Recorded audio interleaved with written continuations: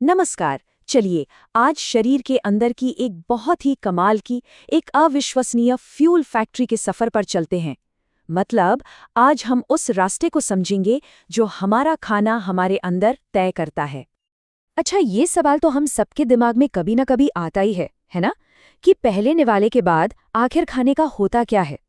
देखने में तो ये बड़ा सिंपल सा काम लगता है, लेकिन इसके पीछे एक बहुत ही कॉम्प्लेक्स और दिलचस्प बायोलॉजिकल प्रोसेस छुपा हुआ है। तो चलिए आज इसी रहस्य से पर्दा उठाते हैं। तो देखिए, डाइजेस्टिव सिस्टम का ना एक ही मेन मिशन है। जो भी हम खाते हैं उसे एक ऐसे फॉर्म में बदलना जिसे हमारा शरीर इस्तेमाल कर सके। आप इसे हमारे शरीर का पावर प्लांट भी कह सकते हैं, जो खाने को एनर्जी में बदलता है। 9 मीटर, सच में ये काफी हैरान करने वाला है ना। मतलब हमारी आहार नली, वो रास्ता जिस पर खाना सफर करता है, वो करीब 9 मीटर या 30 फीट लंबी होती है। सोचिए, ये तो लगभग एक 2 मंजिला बिल्डिंग की ऊंचाई के बराबर है।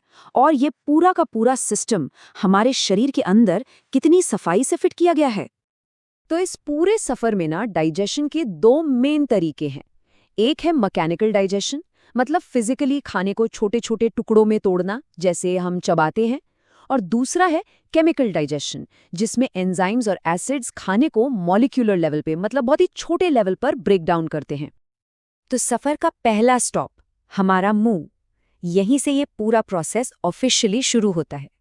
कह सकते हैं कि यहीं पर खाने का स्वागत होता है और डाइजेशन का पहला स्टेप लिया जाता है। एक बड़ी दिलचस्प बात है, हम इंसानों को ना पूरी जिंदगी में 2 बार दांत मिलते हैं। बचपन में होते हैं 20 दूध के दांत, और फिर बाद में ये 32 परमानेंट दांतों से बदल जाते हैं। और ये जो परमानेंट सेट आता है उसमें कुछ नए तरह के दांत भी जुड़ जाते हैं, जैसे कि प्रीमोलर्स और कुछ एक्स्ट्रा मोलर्स। हमारे दांत ना एक परफेक्ट टूल किट की तरह है। हर दांत का अपना एक खास काम है। जैसे इंसाइजर्स वो खाने को काटते हैं, केनाइन्स वो नुकीले होते हैं फाड़ने के लिए, और फिर प्रीमोलर्स और मोलर्स वो खाने को पीसकर एकदम लुगदी बना देते हैं। ये मैकेनिकल डाइजेशन का एक शानदार उदाहरण है। पता है, हमारे दांतों के ऊपर जो इनेमल की परत होती है ना, वो हमारे शरीर का सबसे सबसे कठोर हिस्सा है। जी हाँ, हड्डियों से भी ज्यादा मजबूत। ये एक तरह से हमारे दांतों के लिए एक नेचुरल कवच का काम करता है, ताकि वो चबाने का मुश्किल काम आसानी से कर पाएं। मुंह में सिर्फ मैकेनिकल काम ही नहीं होता, केमिकल काम भी शुरू हो जाता है। हमारी लार यानी सलाइवा में एक एंजाइम होता है, टाइलिन, जो स्टार्च को पचाना शुरू कर देता है। और एक और एंजाइम है, लाइजोजाइम, जो खाने के साथ आए बुरे बैक्टीरिया को खत्म करता है। तो देखा, केमिकल डाइजेशन की शुरुआत भी यहीं से हो जाती है। तो चलिए अब अगले पड़ाव पर चलते हैं। खाना अब मसल्स की एक लहर जैसी मूवमेंट, जिसे पेरिस्टाल्सिस कहते हैं, उसके जरिए फूड पाइप से होते हुए हमारे पेट में पहुंचता है। और यहाँ खाने के साथ असली मंथन शुरू होता है। 1.5 ये नंबर है हमारे पेट के पीएच का। मतलब हमारा पेट बहुत ही ज्यादा एसिडिक होता है, इतना पावरफुल कि ये बैक्टीरिया को तो चुटकियों में खत्म कर सकता है और डाइजेशन की प्रोसेस को एकदम तेज कर देता है। वाकई ये एक बहुत ही हार्श एनवायरनमेंट है। तो पेट में ना 3 बड़े काम एक साथ चल रहे होते हैं। सबसे पहले हाइड्रोक्लोरिक एसिड आता है, जो बैक्टीरिया को मारता है और एंजाइम्स को एक्टिवेट करता है। फिर पेप्सिन नाम का एंजाइम प्रोटीन्स को तोड़ना शुरू करता है। और इन सब के बीच म्यूकस यानी बलगम की एक मोटी परत पेट को खुद के एसिड से बचाए रखती है। कमाल का सिस्टम है ना। पेट में करीब 2 से 3 घंटे तक ये सब चलने के बाद, मतलब मंथन और एसिड के साथ मिलने के बाद, खाना अब एक गाढ़े सेमी लिक्विड पेस्ट में बदल जाता है। इसी पेस्ट को कहते हैं काइम। और अब ये काइम सफर के अगले स्टेज के लिए तैयार है। ठीक है, तो अब हम सफर के सबसे जरूरी हिस्से में आ गए हैं, हमारी आंतें। यहीं पर असल में पोषक तत्वों को सोखने का असली जादू होता है, और यहीं पर डाइजेशन का प्रोसेस पूरा होता है। वैसे छोटी आंत का नाम तो छोटी है, लेकिन ये काम और लंबाई में बिल्कुल उल्टी है।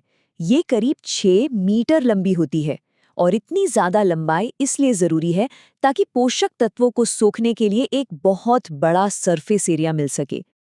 अब देखिए, छोटी आंत ये सारा काम अकेले नहीं करती, उसके कुछ हेल्पर्स भी हैं।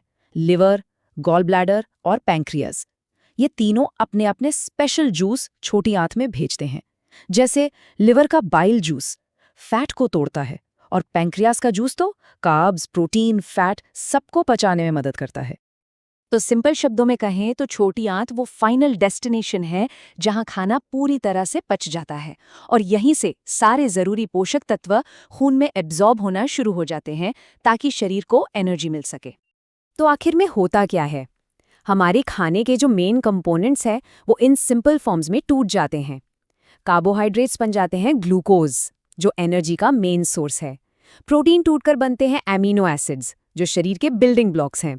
और फैट से मिलते हैं फैटी एसिड्स और ग्लिसरॉल। तो इस पूरे सफ़र का निचोड़ ये है कि हमारा शरीर वाकई एक कमाल की मशीन है, एक फैक्ट्री है जो 24/7 बिना रुके काम करती है।